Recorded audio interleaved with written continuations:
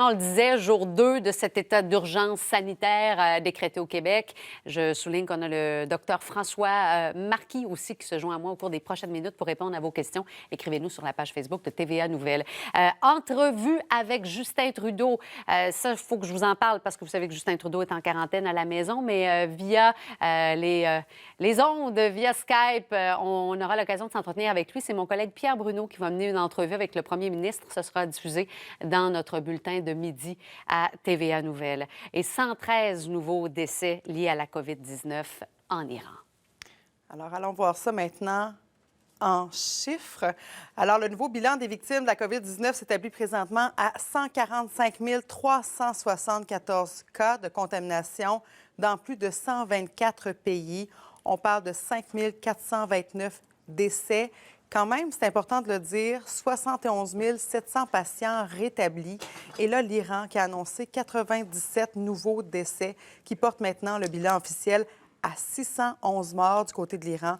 Le plus grand nombre de morts se trouve toujours en Chine, avec 3 075 personnes qui ont succombé, suivi par l'Italie, 1 266 décès. Et si on revient chez nous présentement, donc du côté du Canada, on parle d'un total de 249 cas. La province la plus touchée, c'est l'Ontario, avec 103 cas. Au Québec, on est rendu présentement à 24 cas de la COVID-19. Le docteur François Marquis, interniste et chef de l'unité des soins intensifs à l'hôpital Maisonneuve-Rosemont, prend toujours de son précieux temps pour être avec nous. Merci, c'était tellement apprécié parce que les questions du public sont nombreuses. Je commence tout de suite. Les gens qui reviennent de voyage, on me dit. J'ai une personne qui revient de France dans la famille. Elle n'a pas de symptômes, mais elle est dans notre maison. Est-ce qu'on doit, nous aussi, se faire dépister? Qu'est-ce qu'on fait? Bon, dépister, non. Dépister, non. De toute façon, on ne pourra pas l'avoir. Exactement. C'est avec ça. Maintenant, la question, puis la France est quand même un grand pays, c'est pas tant... Le problème, là, c'est pas tant d'être allé en France que d'avoir passé dans tout le système de l'avion, les aéroports, les choses comme ça. C'est certain que si cette personne-là vient d'un endroit à risque, par exemple le sud de la France, ou qui est arrivée, elle a transité en même place que des avions qui venaient d'Italie, c'est certain que probablement, moi, je mettrais tout le monde en quarantaine. Mais c'est difficile de regarder les cas de tous et chacun comme ça. Mais tu sais, encore là, si on peut se permettre d'être en quarantaine volontaire, puis on va le savoir dans les prochains jours, ça va devenir symptomatique ou pas, là, parce qu'il ne faut pas oublier qu'elle, cette personne-là, la voyageuse, son contact infectieux a été avant celui de sa famille. C'est que ça serait bien malaisant que la famille tombe malade avant le contact, le premier contact. Si c'était le cas, ça voudrait dire que la famille l'attrapait de quelqu'un d'autre. J'ai quelqu'un qui nous écrit. Ma mère voudrait arrêter ses traitements de chimio pour ne pas affaiblir encore plus son système immunitaire. Est-ce que c'est une bonne idée? Ça, c'est une excellente question. Arrêter des traitements de chimio, ça ne se fait pas sur un coup de tête. Non. J'en parlerai avec mon oncologue avant. Ça dépend où elle est rendue dans ses traitements de chimio. Ça dépend quel type de traitement de chimio. Il y a des traitements de chimio qu'on ne peut pas arrêter sans qu'il y ait une conséquence. Il y a des gens qui peuvent être extrêmement malades si on arrête leur traitement de chimio. Entre autres, si le traitement de chimio, qu'on a beaucoup de cortisone, on ne peut pas arrêter ça du jour au lendemain.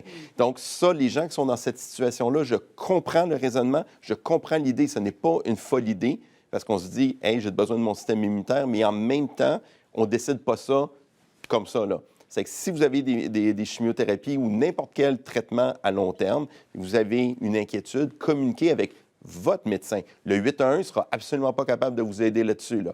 Ça, c'est pour des questions plus générales. Ça, c'est extrêmement spécifique. Vous rejoignez votre équipe d'oncologie et eux autres vont pouvoir vous guider à savoir quelle va être la meilleure condition. Puis si vous avez n'importe quel autre traitement à long terme, d'insuffisance rénale, d'insuffisance cardiaque, communiquez avec votre médecin traitant qui va pouvoir vous conseiller parce que c'est lui ou c'est elle qui vous connaît. Les femmes enceintes et les bébés. On en a parlé un peu ensemble tantôt, mais ça revient beaucoup. Les gens s'interrogent. Quel est le message que vous lancez aux jeunes mamans ou aux mamans en devenir? Bon. Donc, on n'a pas de preuve présentement que le COVID-19 est en mesure d'être un gros, monstrueux problème pour une femme enceinte. La prudence est de mise. Pourquoi la prudence? Parce qu'on sait que les maladies virales respiratoires de type influenza, SRAS, tout ça, avaient touché les femmes enceintes un peu plus. On sait que l'influenza de la femme enceinte, c'est un gros problème. Maintenant, on n'a aucune idée si le virus passe dans le lait maternel. On n'a aucune idée si le virus passe la barrière du placenta. On le sait juste pas, c'est pas qu'on le cache, c'est qu'il n'y a pas eu assez de femmes enceintes. Par contre, le problème de l'allaitement, c'est que si maman a le virus, puis qu'elle allaite son bébé, la proximité est là. La probabilité qu'une maman ne va pas donner le virus à son enfant, c'est microscopique. Là. Ils sont trop collés tout le temps. Là. C'est plus probablement ça. Mais pour l'instant, il n'y a pas quelque chose de particulier. On va traiter une femme enceinte comme monsieur et madame tout le monde au niveau du traitement. Mais pour ce qui est de la prévention, je pense que ces personnes-là devraient faire un isolement volontaire. C'est ça, ou ils n'auront peut-être pas de misère à avoir le papier du médecin, en tout cas pour Non, se faire non, non, arrêter ça, en ce oui. moment. C'est ça, puis rester à la maison. Les gens vont garder une prudence Le pour les plus femmes enceintes. possible. Ouais. Les enfants, justement, on sait qu'on a eu quoi? Un cas d'enfant infecté probablement au Québec, là, à notre, selon les tests, là, évidemment. Rappelons ce dont il en retourne exactement. Les enfants ne meurent pas de non, la c'est ça. COVID-19. En fait, c'est une des particularités. Là, ce virus-là semble laisser les tout-petits de côté, ce qui ne veut pas dire qu'ils ne peuvent pas tomber malades et qu'ils ne peuvent pas infecter tout le monde, notamment leurs grands-parents. Okay? C'est que ça, ils vont être des vecteurs de transmission, mais eux, comme tels, individuellement, on peut ou pas à craindre du virus. Mais ils peuvent le passer à tout le monde. En cette période où les garderies sont fermées, que les grands-parents vont garder, il faut faire vraiment attention. Oui, en fait, là, la chose à ne pas faire, on sait souvent que les grands-parents, c'est une ressource naturelle pour la garde. Oui, mais là, surtout si les grands-parents sont dans notre groupe d'âge le plus à risque, plus ils sont âgés, plus ils ont de comorbidité. C'est certain, si grand-papa ou grand-maman ont 50 ans, c'est une autre paire de manche. Mais s'ils ont 70, qui ont des comorbidités, surtout respiratoires, c'est pas eux autres qui vont garder les petites frimousses. Là. L'eau potable. Il y a des gens qui me questionnent là-dessus. Est-ce que le virus peut survivre dans l'eau? Il n'y a pas grand-chose qui peut survivre à notre traitement d'eau potable. Et il y a eu beaucoup de virus et de maladies avant l'invention du COVID-19, avant son apparition. Notre système d'eau potable est sécuritaire. Il y a pas... moi, je suis absolument pas inquiet de boire l'eau courante. Ça m'a même pas traversé l'esprit une seconde. Que ça On ne vous verra pas au Costco avec des grosses caisses d'eau. Ah non, certainement pas. Ça, c'est pas un problème. La toux, là, bon, j'ai beaucoup de gens qui m'écrivent, j'ai de la toux, des symptômes, j'ai des sécrétions. Qu'est-ce qu'on fait, là? Parce qu'évidemment, c'est important de le rappeler, il y a tous les autres virus qui circulent, le rhume, l'influenza, qui n'est pas la COVID-19. Exactement. Mais qu'est-ce qu'on fait, là, dès qu'on a des fameux symptômes? Quand on a des symptômes, on se cache dans son sous-sol. OK? Ça, c'est le signal d'isolation. Numéro 1, s'isoler. Deuxième chose, nous, on a le droit de se traiter symptomatique. On se garde hydraté, on peut prendre notre acétaminophène, notre Tylenol. Et là, on se surveille. Là, on n'a pas encore appelé personne. On n'a pas besoin d'appeler personne. On ne s'est pas fait tester parce que ce n'est pas le moment de se faire tester. Et là, on écoute son corps.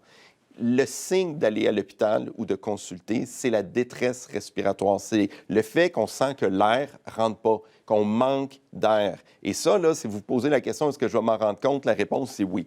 OK? C'est pas subtil. Les gens qui sont au repos, qui disent, me semble que j'ai vraiment de la difficulté à respirer, je ne suis pas capable de monter les escaliers, ou j'ai de la difficulté à m'alimenter, j'ai des nausées, je suis faible. Toutes ces choses-là, on le sent, la différence. On en a tous eu à notre âge, des grippes, des influenzas. On sait la courbe normale. Et si ça ne suit pas la courbe normale, c'est là qu'on consulte. C'est important ce que vous dites là, hein, parce qu'on a entendu tellement de choses, mais dès qu'on sent qu'on est une coche au-dessus... C'est ça, exactement, une coche au-dessus. Quand on se dit, wow, minute, là, j'ai le souffle court, j'ai de la difficulté à respirer et c'est anxiogène. Vous allez vous en rendre compte tout de suite. Ça crée de l'anxiété. Même si on n'est pas nerveux, on a ce feeling-là qu'il y a quelque chose dans le corps qui ne fonctionne pas. C'est là qu'on consulte et on appelle avant. Ou sinon, on avise quand on arrive à l'hôpital. J'ai ces symptômes-là pour pas arriver en disant j'ai mal aux genoux et by the way, je respire mal. C'est pas ça. Là. Quelques secondes, j'ai vu des gens avec des gants de plastique à l'épicerie. Est-ce que ça nous sauve vraiment? Je pense pas. Je pense que ça traite. Le lavage de main reste la meilleure chose à faire. Docteur François Marquis, merci beaucoup d'être avec nous. On vous retrouve dans notre bulletin de 9 h. À plus tard.